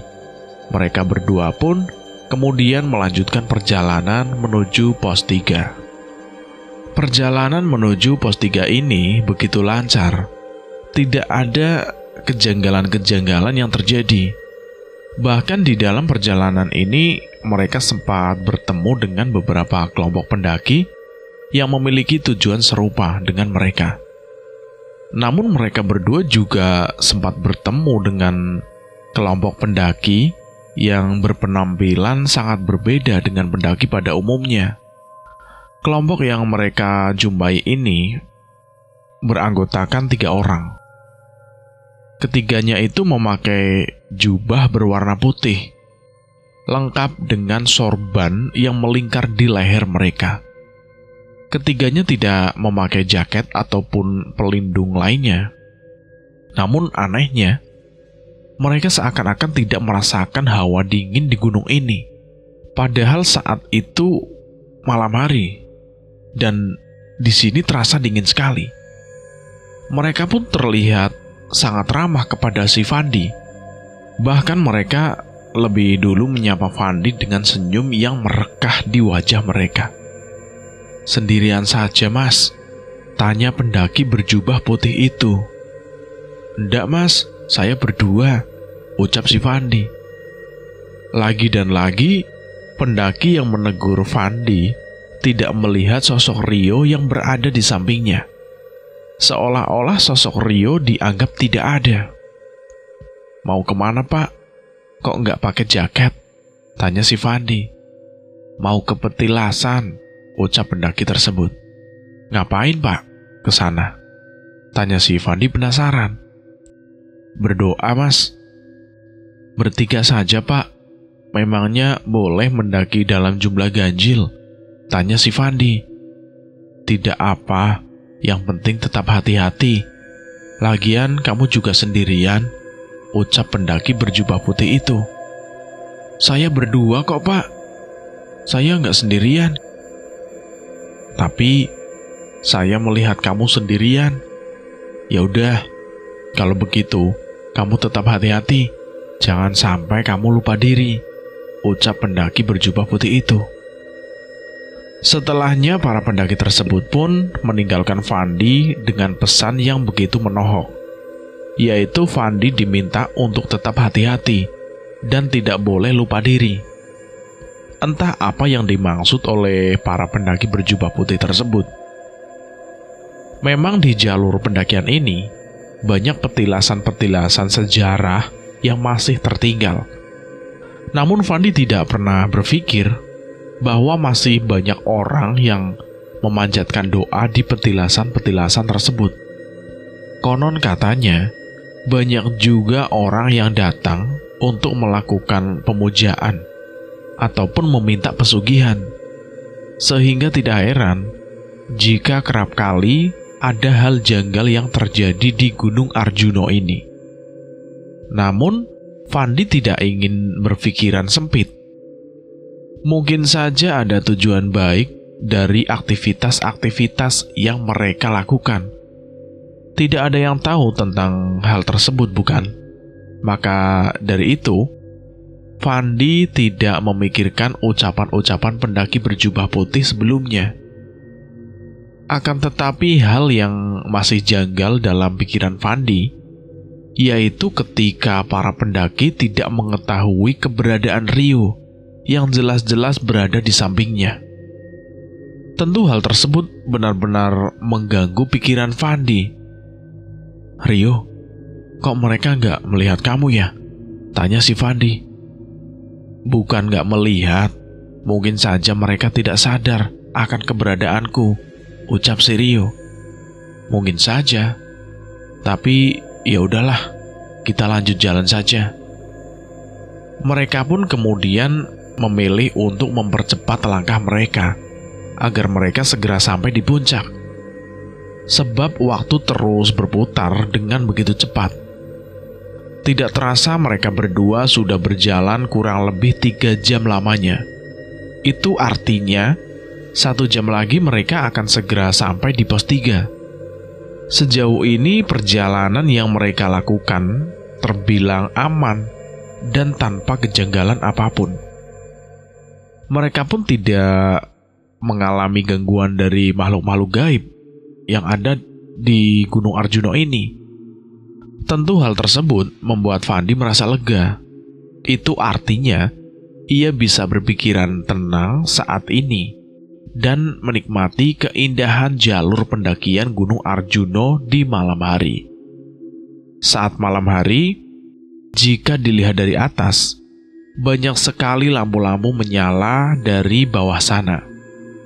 Dan semuanya terasa begitu indah, layaknya bintang-bintang yang berkerlap-kerlip di atas hamparan langit yang begitu luas. Hal tersebut sangat meneduhkan hati mereka.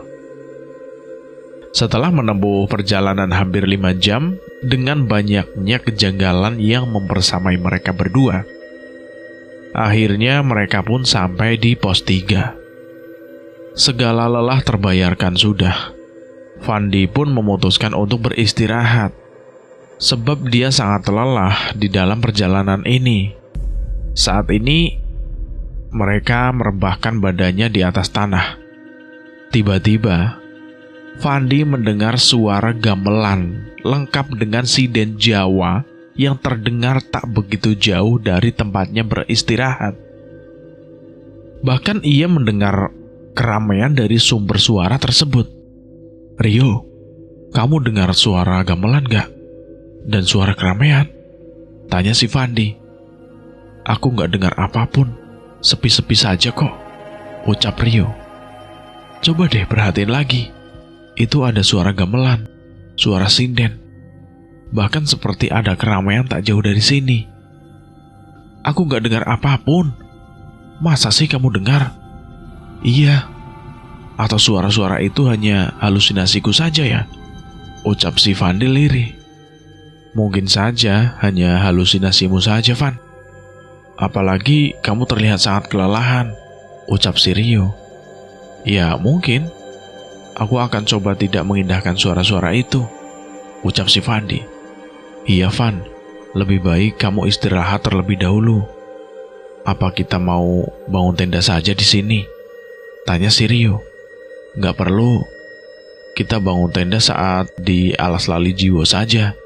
Di sana kondisinya jauh lebih memungkinkan dibandingkan di sini," kata si Fandi. Fandi pun kemudian beristirahat untuk mengembalikan energinya yang sudah banyak terkuras saat pendakian ini. Dan anehnya, Rio tidak turut serta beristirahat bersama. "Kamu nggak istirahat dulu, Rio?" tanya si Fandi lagi. "Enggak, aku nggak capek." "Hah, kok nggak capek? Padahal sejak awal kamu belum istirahat loh. Bahkan kamu minum saja belum. Makan juga belum. Kamu gimana sih?" "Aku tidak lapar ataupun haus, jadi tenang saja. Kamu istirahat dulu." "Kamu yakin, Rio?" "Ya, yakinlah, Van. Saya tidak capek."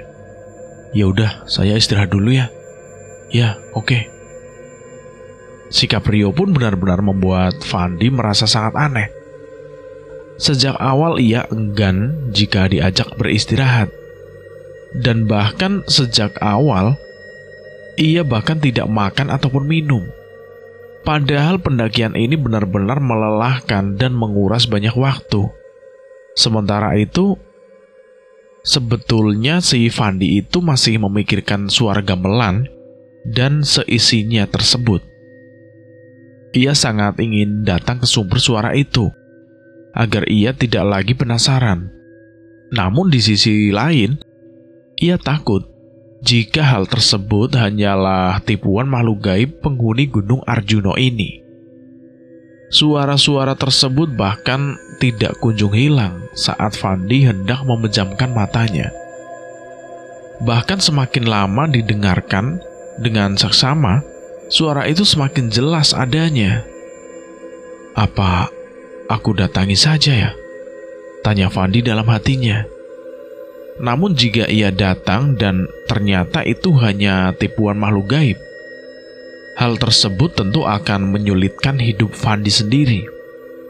Ia tidak tahu apakah ia akan selamat jika datang ke sana, atau mungkin hal buruk bisa saja menimpa perjalanannya. Fandi di situ benar-benar resah. "Rio, apa kita hampiri saja suara gamelan itu?" tanya si Fandi. "Jujur, aku tidak mendengar apapun," ucap si Rio. "Tapi aku mendengarnya, bahkan sangat jelas," kata si Fandi lagi. "Lalu, kamu ingin samperin suara itu?" tanya si Rio. "Rasanya aku ingin sekali datang ke sana," kata Fandi. "Kamu yakin berani?" "Jujur, aku sedikit agak takut sih." Kalau ragu, lebih baik jangan, kata Rio. Fandi pun terdiam saat Rio mengatakan hal tersebut. Ada pepatah mengatakan, yen wani ojo wedi-wedi, yen wedi ojo wani-wani. Pepatah tersebut memiliki makna, jika kita berani, maka kita tidak boleh memiliki rasa takut. Namun sebaliknya, jika di awal kita sudah memiliki rasa takut, jangan coba-coba atau jangan berani-berani. Fandi pun terdiam setelahnya. Namun, Fandi berusaha untuk memberanikan diri, setidaknya supaya rasa penasaran tersebut hilang. Ia pun kemudian berjalan mendekati ke arah sumber suara tersebut. Namun baru beberapa langkah saja, Fandi terjatuh. Rio sudah menepuk pundaknya dari arah belakang. "Jangan," ucap si Rio. "Kenapa?" "Khawatir kamu tidak bisa kembali," ucap si Rio lagi. "Kan aku hanya melihat saja, bahkan aku melihatnya dari kejauhan kok," ucap Fandi. "Pokoknya jangan." "Mereka makhluk gaib?" tanya si Fandi. Rio pun hanya bisa terdiam saat Fandi menanyakan hal tersebut kepadanya. Fandi pun sedikit kesal karena Rio hanya diam saja dan tidak menjawab apapun. "Biarkan aku melihatnya lah sebentar," ucap si Fandi lagi. "Jangan salahkan aku jika suatu saat terjadi hal buruk kepadamu," ucap si Rio. Fandi pun tidak mengindahkan ucapan Rio. Ia bahkan terus berjalan menghampiri sumber suara itu. Dari kejauhan, ia melihat banyak sekali gemerlap lampu yang lokasinya tak begitu jauh dari tempatnya berdiri saat ini. Fandi melihat pertunjukan ronggeng lengkap dengan gamelan yang mengiringi setiap tarian yang dibawakan oleh para ronggeng tersebut. Di depannya banyak sekali penonton yang ikut bersorak ria dengan tarian-tarian yang dibawakan oleh para ronggeng tersebut. Tanpa sadar, Fandi pun terhanyut dalam irama gendang gamelan yang dimainkan pertunjukan tersebut. Ia bahkan berlenggak-lenggok layaknya penari pria yang mahir dalam tariannya tersebut. Fandi terpengaruh oleh apa yang ditatapnya saat ini. Hal tersebut membuatnya tak sadar bahwa ia sudah melakukan tarian cukup lama. Hingga ada sosok ronggeng yang kemudian menatap tajam ke arah Fandi. Hal tersebut pun membuatnya sadar dan Fandi langsung beristighfar. "Astagfirullahaladzim, astagfirullahaladzim," kata si Fandi. Fandi pun kemudian bergegas menuju tempat istirahat sebelumnya. Ia menghampiri Rio yang saat itu sedang duduk dan sedikit kesal. "Rio, tolong aku," kata si Fandi. "Kenapa emangnya?" "Ronggeng itu menatapku. Aku takut, Rio." "Apa yang perlu kamu takutkan?" "Aku takut jika mereka benar-benar bukan manusia, melainkan makhluk gaib." "Kalau memang mereka makhluk gaib, lalu kenapa?" "Aku khawatir, yuk. Mereka membawaku ke alam mereka," kata si Fandi. "Kan sudah aku peringatkan, namun kamu tetap tidak mengindahkannya," kata Rio. "Maafkan aku, tapi aku saat ini benar-benar takut." "Sudah, jangan terlalu dipikirkan. Biarkan saja apa yang menjadi takdirmu berjalan sebagaimana mestinya," ucap si Rio. "Kok kamu bicara begitu?" "Ya memang ada yang salah." Fandi pun hanya terdiam setelahnya. Fandi dan Rio kini tidak berbincang. Mereka memilih untuk diam satu sama lain. Di sisi lain, Fandi benar-benar ketakutan. Ia takut jika sosok ronggeng itu yang menatapnya adalah makhluk gaib. Fandi pun menyesal bertindak semena-mena di dalam pendakian ini. Seharusnya ia tidak mengindahkan suara-suara apapun yang didengarnya di dalam pendakian ini, seperti suara-suara sebelumnya dan seperti kejanggalan yang terjadi sebelumnya. Namun lagi dan lagi, ia terus-menerus melakukan kesalahan yang tidak seharusnya dilakukan olehnya. Sejak saat itu, Fandi pun memilih untuk diam dan berusaha membuat pikirannya tenang. Ia terus menanamkan pikiran positif bahwa seseorang yang dilihatnya adalah benar-benar manusia dan bukan makhluk gaib. Namun jika dipikirkan dengan menggunakan logika, rasanya tidak mungkin jika ada sebuah pertunjukan ronggeng di atas gunung yang jauh dari pemukiman warga. Apa di jalur pendakian Gunung Arjuna ini ada pemukiman? Rasanya sangat mustahil.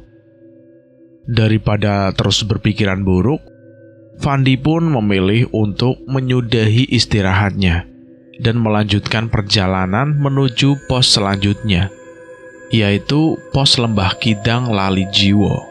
Perjalanan tersebut hanya ditempuh kurang lebih 30 menit. Jalur yang dilalui akan terasa lebih enak dari jalur sebelumnya karena melewati jalur tanah. Sebelum sampai di Sabana 2, para pendaki akan menjumpai Lembah Kidang. Di Sabana 2, pendaki biasanya mendirikan tenda dan bermalam di sana untuk di pagi harinya persiapan summit atau pendakian menuju puncak. Di Sabana 2 juga ada sumber air.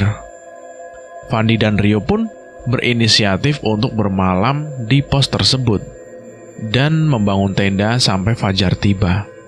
Sebab sejauh perjalanan yang mereka tempuh, keduanya belum sempat mendirikan tenda di pos manapun. Di Lali Jiwo nanti kita akan buka tenda, ucap Fandi. Kamu yakin? Tentulah, sejauh ini kita pasti sangat lelah. Terlebih lagi, istirahat kita berdua benar-benar terganggu, kata si Fandi lagi. Maka dari itu, Lali Jiwo adalah pilihan yang tepat untuk kita berdua bisa beristirahat dengan panjang, ucap si Rio. Apa yang dimaksud Rio ini dengan kata istirahat dengan panjang? Mereka berdua pun semakin bersemangat dalam menempuh perjalanan.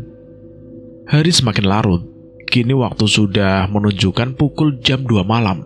Itu artinya mereka harus sampai di alas Lali Jiwo sebelum pukul jam 3 pagi, agar mereka bisa memiliki cukup waktu untuk terlelap terlebih dahulu, sebelum nanti melanjutkan perjalanan menuju puncak Arjuna dan menikmati summit.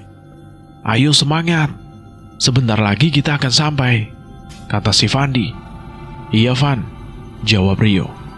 Kok tumben kamu lemes? Tanya si Fandi lagi. Tidak apa, ada sesuatu hal yang ingin aku sampaikan padamu, Van. Hal apa? Nanti akan aku jelaskan semuanya ketika sampai di alas Lali Jiwo. Hanya satu kalimat yang sangat ingin aku ucapkan kepadamu.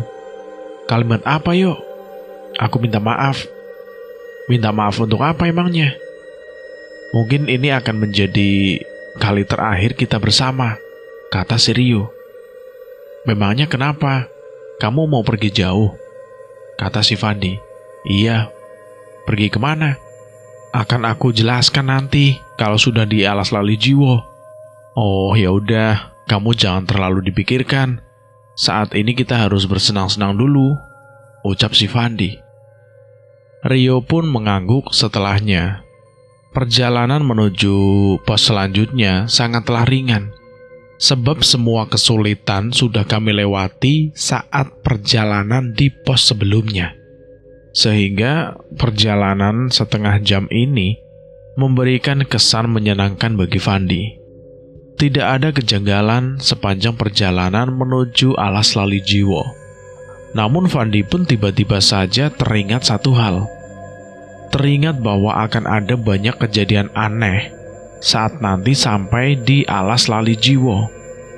Sebab di alas Lali Jiwo tersebut kerap kali membuat para pendaki menjadi lupa akan banyak hal. Seperti nama tempatnya yaitu lali jiwo. Itu artinya lupa diri. Namun, si Fandi itu berharap tidak mengalaminya, sebab dia sangat ingin menceritakan semua kebahagiaan di dalam pendakian Arjuna ini kepada teman-temannya. Dia ingin berbagi kebahagiaan bersama mereka, dan dia tidak ingin menjadi sosok yang lupa diri. Kita harus tetap hati-hati, ucap si Rio. Iya Rio, sebab kita tidak pernah tahu hal buruk apa yang sudah menanti kita di atas sana, kata si Fandi. Aku janji akan menjagamu, ucap Rio. Aku pun akan bersikap demikian, ucap si Fandi. Sikap Rio semakin lama semakin aneh, layaknya seorang yang sudah mendekati ajalnya. Ia seakan-akan terlihat seperti sedang menuntaskan satu hal. Namun Fandi sendiri enggan untuk bertanya kepada Rio, takut dia akan berpikiran yang tidak-tidak. Setelah menempuh perjalanan 30 menit, akhirnya Fandi dan Rio pun sampai di alas lali jiwo. Mereka kemudian bergegas mengeluarkan perlengkapan tenda untuk mendirikan tendanya di hamparan tanah luas di atas sana. Bukan hanya mereka saja yang melakukan camp di pos tersebut, melainkan ada beberapa tenda lain yang sudah berdiri kokoh di sana. Tentu hal tersebut membuat Fandi senang, sebab ia tidak lagi berada di dalam sarang kesepian. Fandi dan Rio pun bekerja sama untuk membangun tenda. Mereka bekerja sama dengan sangat baik. Kita harus segera selesaikan pembangunan tenda ini, kata si Fandi. Oke Van, iya. Sebelum mereka menuntaskan pembangunan tenda tersebut, tiba-tiba terdapat angin kencang yang bertiup ke arah mereka. Namun anehnya, angin tersebut berbeda dengan angin-angin biasanya. Angin yang berhembus tersebut membuat bulu kuduk Fandi seketika saja merinding. Entah angin apa yang menerpanya tersebut. Fandi pun merinding seketika. Namun rasanya tidak mungkin ada angin yang berhembus tiba-tiba dan membuat tubuh seseorang merinding seketika. Ingin rasanya untuk tidak percaya, namun ini benar-benar nyata. Tiba-tiba, kembalilah nak, tempatmu bukan di sini. Terdengar suara lirih yang entah dari mana asalnya. Setelah terdengar suara aneh tersebut, sikap Rio berubah seketika. Ia terlihat begitu ketakutan. Tempatku di sini, ucap Rio lirih. Fandi pun merasa aneh. Kenapa Rio tiba-tiba mengatakan hal demikian? Apa maksud di balik kalimatnya tersebut? Pulanglah, ucap suara aneh itu lagi. Tidak, bentak Rio. Fandi pun mendekat ke arah Rio untuk menanyakan tentang apa yang terjadi kepadanya. Mengapa tiba-tiba sikapnya berubah seketika? Rio, kamu kenapa? Sadar Rio, sadar, kata Fandi. Setelahnya Rio malah memeluk Fandi dengan begitu erat. Terlihat dari wajahnya banyak sekali ketakutan-ketakutan yang ada pada dirinya. Apa kamu baik-baik saja? Tanya Fandi. Rio hanya menggelengkan kepalanya untuk mengungkapkan bahwa dirinya sedang tidak baik-baik saja. Ya udah, kita tuntaskan pendirian tenda ini. Setelahnya kita bisa berbincang di dalam tenda. Udara semakin dingin, jangan sampai kita membeku di sini, kata si Fandi. Mereka berdua pun menuntaskan pembangunan tenda yang memang hampir usai. Kemudian mereka pun bergegas untuk masuk ke dalam tenda. Suara apa tadi? Tanya Fandi. Suara mereka, ucap Rio. Aku mendengarnya meskipun lirih. Apa alasan mereka memintamu pulang? Tanya Fandi kepada Rio. Karena menurut mereka, tempatku bukan di sini. Lalu di mana? Di tempat yang begitu jauh dan sangat sepi, ucap si Rio. Kamu bisa menolaknya, bukan? Mereka akan terus datang, ucap Rio lagi. Aku memang tidak tahu asal-muasal persoalan kamu itu apa. Tetapi jika kamu tidak memiliki kesalahan kepada mereka, kamu tidak perlu takut, kata si Fandi seperti itu. Tapi mereka terus-menerus mendatangi aku. Hiraukan sajalah. Fandi belum tahu bahwa teman karibnya tersebut didatangi oleh sekelompok malaikat yang akan membawa Rio ke alam yang semestinya. Sebab hingga detik ini, Fandi belum mengetahui jika karibnya tersebut sudah tiada. Alas Lali Jiwo. Alas Lali Jiwo sendiri bermakna hutan lupa diri. Konon dapat membuat tersesat siapa saja yang melewatinya dengan niatan buruknya. Menurut para aktivis spiritual, hutan itu dihuni banyak jin penunggu. Menurut mitos yang beredar, bila tidak ingin tersesat di Alas Lali Jiwo, sebaiknya pendaki menjauhi beberapa larangan yang menjadi pantangan. Di antaranya adalah tidak boleh mengenakan pakaian yang didominasi dengan warna merah. Tidak boleh membawa rombongan dengan jumlah ganjil, dan tidak diperbolehkan merusak situs-situs petilasan yang ada di alas tersebut. Namun sayangnya, semua pantangan yang disebutkan tersebut dilanggar oleh Fandi. Saat melakukan pendakian, Fandi menggunakan baju berwarna merah. Bahkan ia juga mendaki seorang diri, sebab Rio yang saat ini membersamainya adalah sosok arwah yang tidak kunjung diketahui oleh Fandi. Saat ini Lembah Kidang menjadi pilihan untuk Fandi dan Rio beristirahat dan membangun tenda di sana. Lembah Kidang dan Alas Lali Jiwo bersebelahan. Saat ini Fandi masih berusaha menghibur Rio yang mengalami rasa kalut akan satu hal. Kalut yang diakibatkan karena gangguan bisikan suara yang memintanya untuk pulang.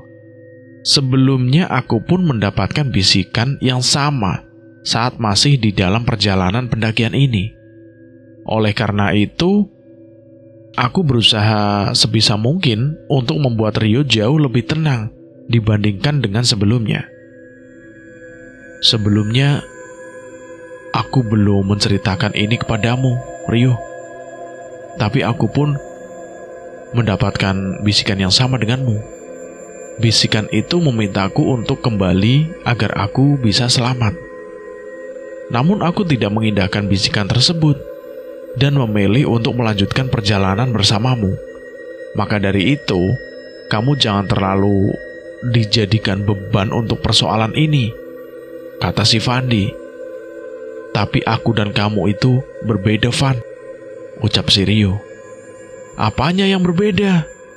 Kita berada di tempat dan kondisi yang sama, kata si Fandi.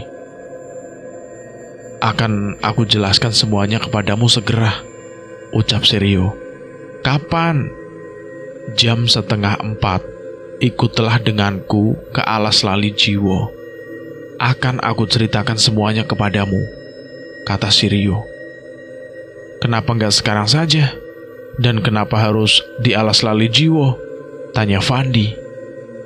Aku harus menenangkan pikiranku terlebih dahulu sebelum aku menceritakan semuanya kepadamu, ucap si Rio. Ya udah, kalau begitu lebih baik kita istirahat terlebih dahulu sebelum jam 3:30, kata Fandi. Ya udah, Van, kita istirahat dulu. Mereka pun kemudian masuk ke dalam tenda yang sudah mereka bangun dan bersiap-siap untuk memejamkan matanya, timbang sebentar untuk bisa mengembalikan energi yang terkuras karena pendakian yang cukup panjang. Saat tertidur, tidak ada kejanggalan-kejanggalan yang terjadi. Semua aman terkendali. Bahkan Suasana pegunungan yang begitu sejuk membuat mereka semakin nyenyak tidur. Namun, nyatanya Rio tidak terlelap. Bahkan ia tidak memejamkan matanya. Ia hanya menyaksikan Fandi tertidur, dan selebihnya ia merenung. Apa benar aku telah tiada? Tanya Rio dalam hatinya. Jika benar, mengapa aku masih berada di sini? Apakah karena janji yang belum usai kepada Fandi?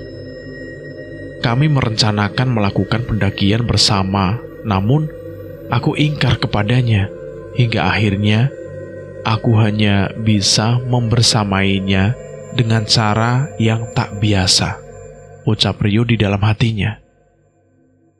Saat Rio memandang langit-langit tenda, ia melihat bayangan hitam yang nampak mengelilingi tenda mereka. Entah bayangan apa yang ada di luar sana. Rio berusaha untuk tidak mengindahkannya. Jika memang sudah waktunya, aku ingin pergi dengan tenang, tanpa adanya beban yang harus aku tuntaskan, ucap Rio. Sepertinya Fandi tersadar akan kegelisahan Rio. Ia pun terbangun dan menegur Rio. Rio, kamu gak tidur? Kata si Fandi. Enggak. Fandi pun kembali merasa aneh dengan sikap Rio. Lagi-lagi ia melihat Rio tidak beristirahat.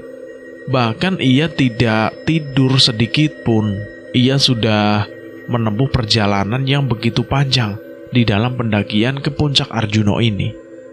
Fandi pun kemudian melihat jam tangannya. Saat ini waktu sudah menunjukkan pukul 3:30 pagi. Itu artinya kini waktu yang tepat untuk pergi ke Alas Lali Jiwo bersama dengan Rio. Sebab ia sudah berjanji akan menceritakan semuanya padanya.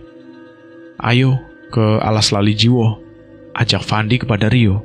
Iya Van, aku sudah janji mau ceritakan semuanya kepadamu, ucap si Rio.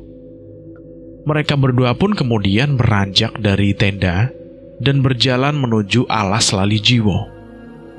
Semua perlengkapan seperti tas, tenda, dan lainnya tidak mereka bawa. Sebab mereka pikir tidak akan lama berada di Alas Lali Jiwo nantinya. Sehingga semua perlengkapan tersebut dirasa tidak diperlukan. Mereka hanya membawa 1 botol air mineral untuk mengobati dahaga kalau mereka kehausan di tengah perjalanan. Kita harus segera sampai sebelum fajar, ucap si Rio. Mengapa harus terburu-buru? Tanya Fandi. Aku sudah tidak punya banyak waktu. Kenapa? Nanti aku ceritakan semuanya, kata Rio.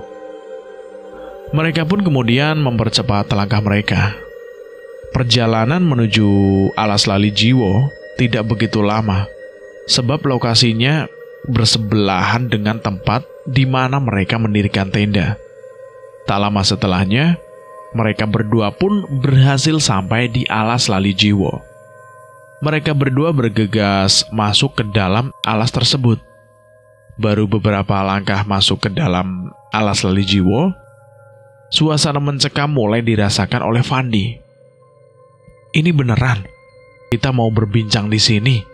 Tanya si Fandi. Iya. Emangnya kenapa? Apa tidak terlalu menyeramkan? Tidaklah. Tenang saja kamu. Jangan khawatir, kata si Rio. Mereka pun kemudian sampai di sebuah tempat yang begitu mirip dengan petilasan-petilasan Alas Lali Jiwo. Di sana Rio mulai membuka obrolan. Di alas ini, kamu bisa melupakan jiwamu, Van. Maka dari itu, aku ingin kamu tahu bahwa aku tidak akan bisa membersamaimu lagi. Aku harus pergi, kata si Rio. Pergi kemana? Masaku sudah selesai, Van. Bolehkah aku ikut denganmu? Ucap Fandi. Kamu yakin? Yakin, Rio? Kita sudah berteman lama. Kalau kamu pergi, aku pun juga ingin ikut pergi denganmu. kata si Fandi. Tapi masamu belum tiba, Van, ucap Rio. Atau mungkin kita bisa sama-sama menetap di sini. Seperti apa yang kamu ucapkan di awal, kata si Fandi pada si Rio. Kamu benar-benar yakin? Tanya Rio. Yakinlah. Kalau begitu, ikutlah denganku, Van. Rio pun kemudian mengajak Fandi untuk lebih lagi masuk ke alas Lali Jiwo. Fandi pun menuruti semua ucapan Rio tanpa adanya penolakan sedikit pun.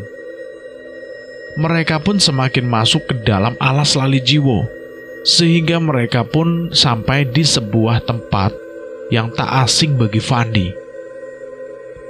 Ini tempat yang mirip dengan tempat pagelaran ronggeng yang saya lihat saat di jalur sebelumnya, ucap si Fandi. Tempat tersebut layaknya sebuah pemukiman. Banyak sekali penduduk yang tinggal di sana. Dan anehnya, di tempat tersebut sangatlah terang, seperti pagi haru. Semua penduduk tak bersuara ataupun bergeming sedikit pun. Pakaian mereka seperti penduduk Jawa tempo dulu. Bahkan wajah mereka sangat pucat.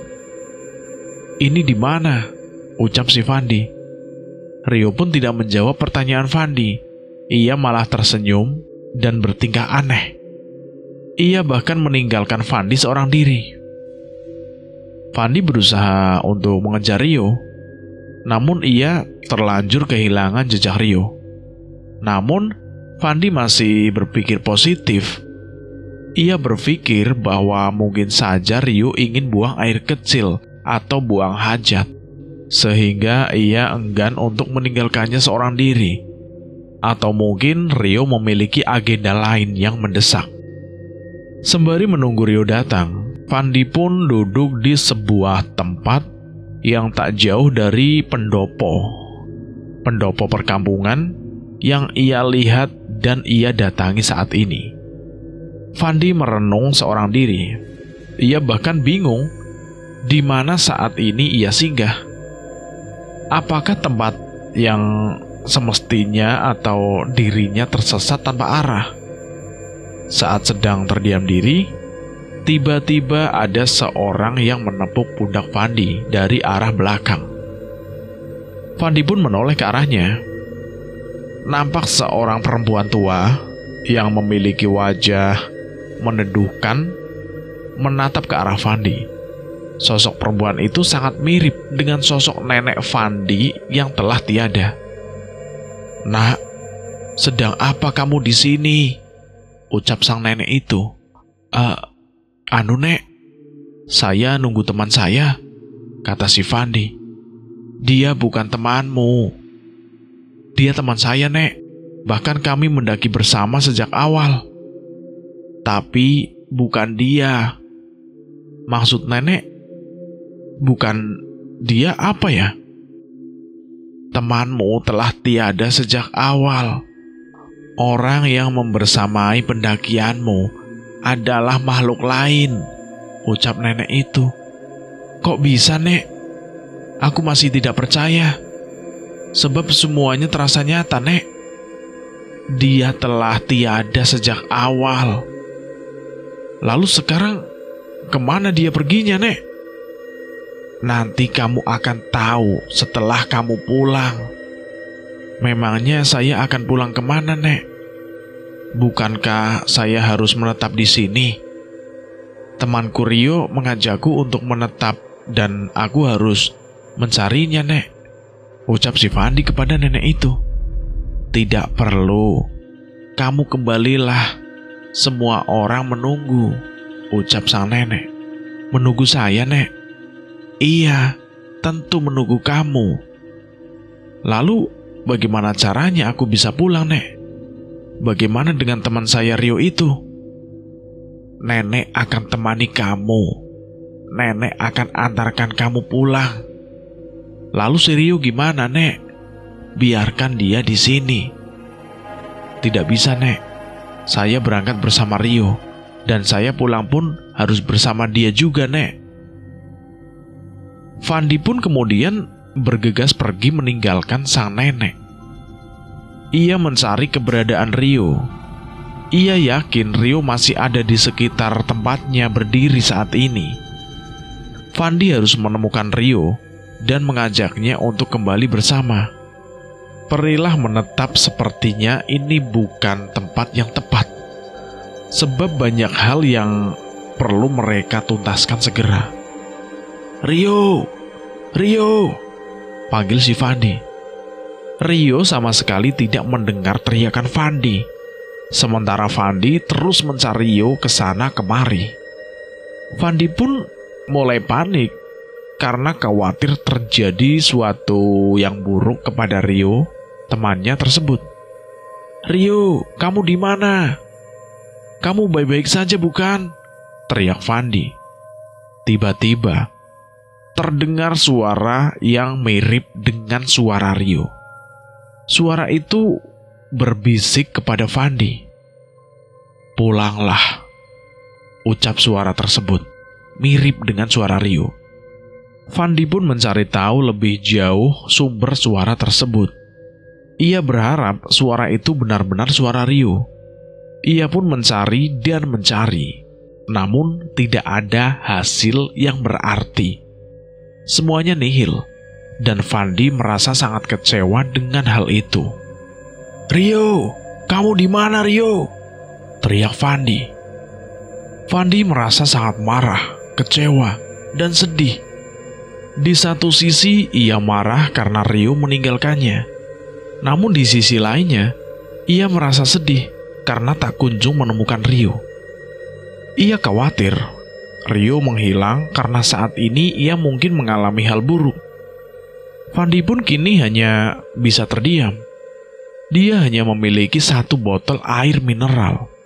Kondisinya saat ini sangatlah lapar dan haus.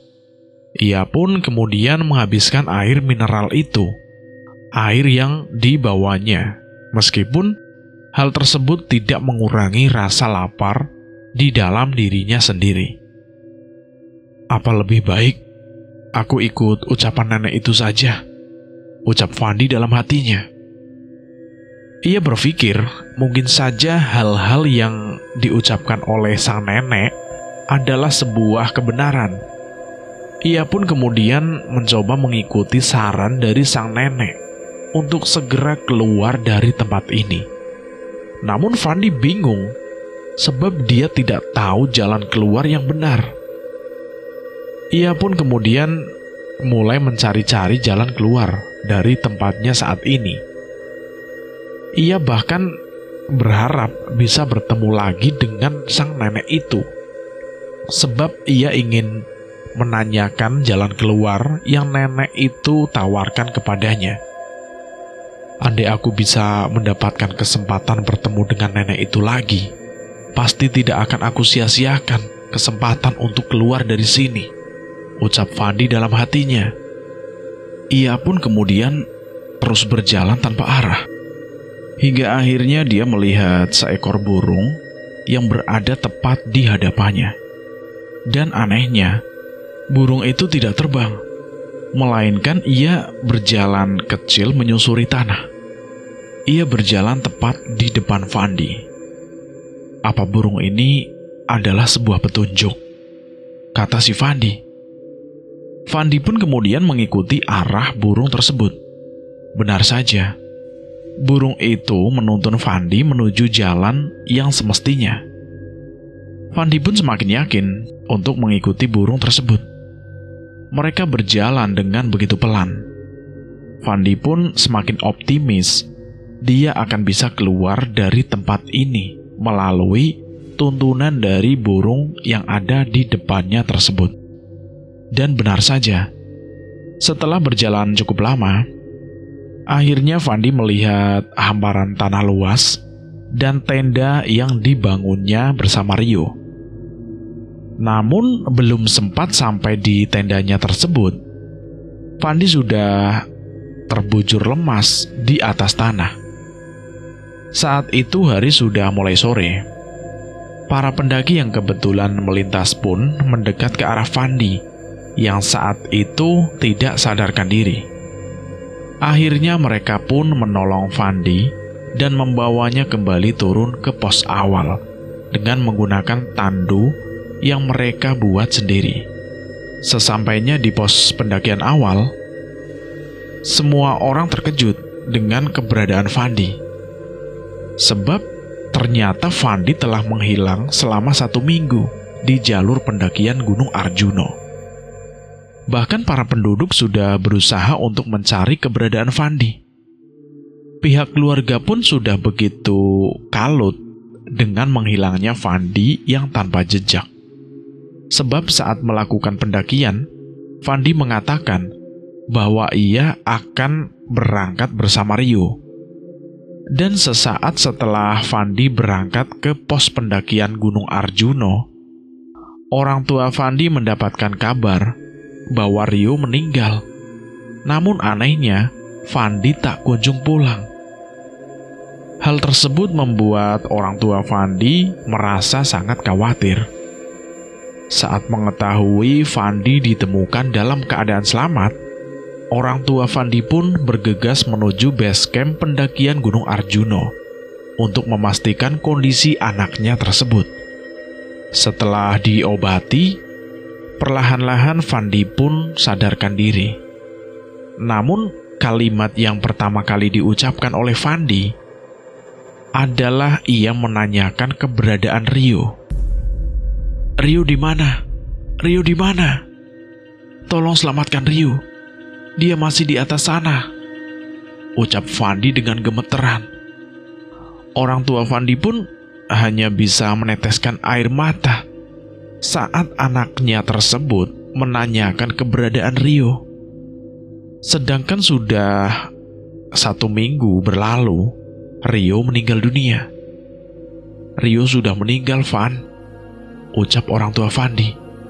"Kok bisa, Bu? Kemarin aku melakukan pendakian bersama Rio. Bahkan sejak awal aku pamit ke ibu dan bapak. Saat kamu pergi, ibu mendapat kabar bahwa Rio meninggal karena kecelakaan," ucap orang tua Fandi. "Lalu orang yang mendaki bersamaku itu siapa, Bu? Kalau bukan Rio?" tanya si Fandi. "Mungkin itu arwah teman kamu, Mas," ucap penduduk sekitar. Fandi pun langsung lemas tak percaya. Jadi selama ini ia melakukan pendakian bersama arwah. Pantas saja ia kerap kali mengalami kejanggalan-kejanggalan yang tak masuk akal. Dan saat Rio mengajaknya untuk menetap, maksudnya itu menetap di alam keabadian. Namun Fandi bersyukur, sebab ia masih diberikan keselamatan dan kesempatan untuk hidup. Meskipun ia sendiri masih belum percaya jika sahabatnya tersebut telah meninggal saat sebelum melakukan pendakian. Dan cerita ini pun selesai sampai di sini. Bagaimana menurut teman-teman tentang cerita ini? Silahkan tulis di kolom komentar.